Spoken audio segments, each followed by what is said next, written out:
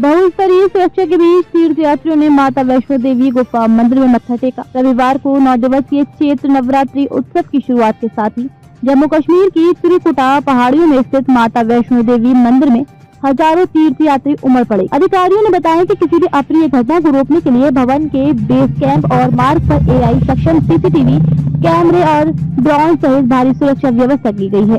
शनिवार को 48,000 तीर्थ यात्रियों ने गुफा मंदिर में मत्था टेका, जबकि रविवार को बेस कैंप से मंदिर तक लंबी कतारें देखी गई, जिससे संख्या में वृद्धि होने की संभावना है। श्री माता वैष्णो देवी श्राइन बोर्ड के मुख्य कार्यकारी अधिकारी सीईओ अंशुल गर्ग ने संवाददाताओं से कहा, मैं चैत्र नवरात्रि के अवसर पर तीर्थ यात्रियों को बधाई देता हूँ। कटरा से भवन तक तीर्थ यात्रियों में भारी उत्साह है।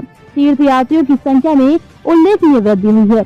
कटरा से भवन तक लंबी कतारें दिखाई दे रही हैं। उन्होंने कहा कि परेशानी मुक्त यात्रा सुनिश्चित करने के लिए कटरा से भवन तक के मार्ग पर सुरक्षा और भीड़ प्रबंधन दल तैनात किए गए हैं। यात्रा का प्रबंधन करने वाले श्राइन बोर्ड ने श्रद्धालुओं के लिए तीर्थ यात्रा को आसान बनाने के लिए नई पहल की है। कई श्रद्धालुओं ने कहा कि वे बोर्ड द्वारा की गई व्यवस्थाओं से खुश हैं।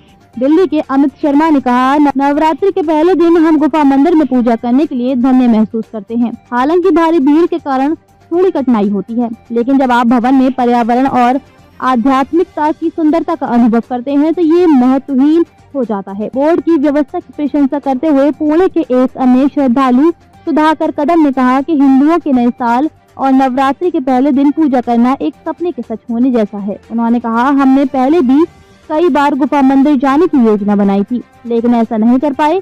इस साल हमने अचानक योजना बनाई और पहले दिन गुफा मंदिर में पूजा करने के लिए यहाँ आए हैं। ये माता की इच्छा थी। अपने परिवार के 5 सदस्यों के साथ पूजा करते हुए कोलकाता की सुनीता सरकार ने कहा कि ये एक बहुत ही सुचारू यात्रा थी, क्योंकि बोर्ड द्वारा प्रदान की गई व्यवस्था और सुविधाएं उत्कृष्ट थी।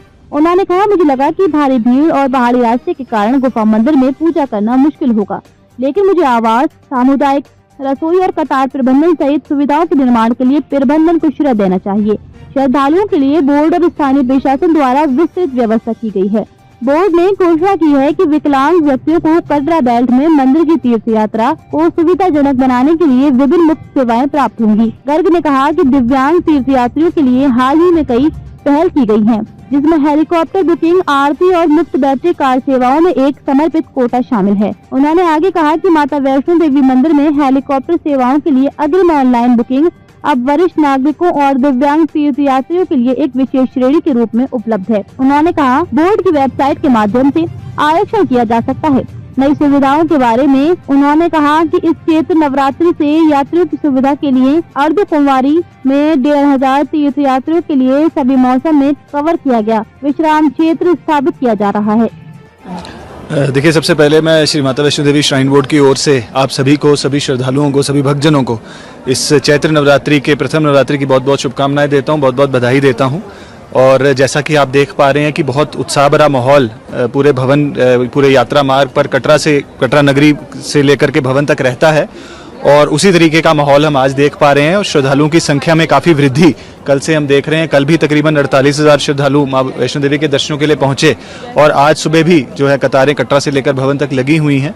बोर्ड की तरफ से काफ़ी पुख्ता इंतजामात हैं, चाहे वो रजिस्ट्रेशन की हम बात करें, पूरे रास्ते पे स्वच्छता सफाई की बात करें, भोजनालयों और लंगर सेवाओं की बात करें, सभी जगह पर हमारी टीम्स जो हैं वो तैनात हैं।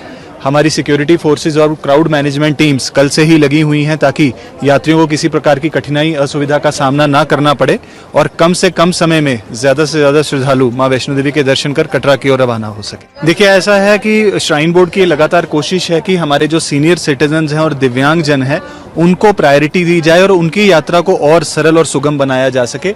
उसी दिशा में आगे बढ़ते हुए कई प्रयास किए गए हैं, जिसमें दिव्यांग जनों के लिए इस नवरात्रि से जो अर्धकुंवारी में जो गर्भजून आरती है और भवन पर जो अटका आरती है, वहाँ पर जो है मुफ्त आरती में सम्मिलित होने की जो सुविधा है वो एक्सटेंड की जा रही है, और ये सुविधा पूरा साल उनके लिए अवेलेबल होगी।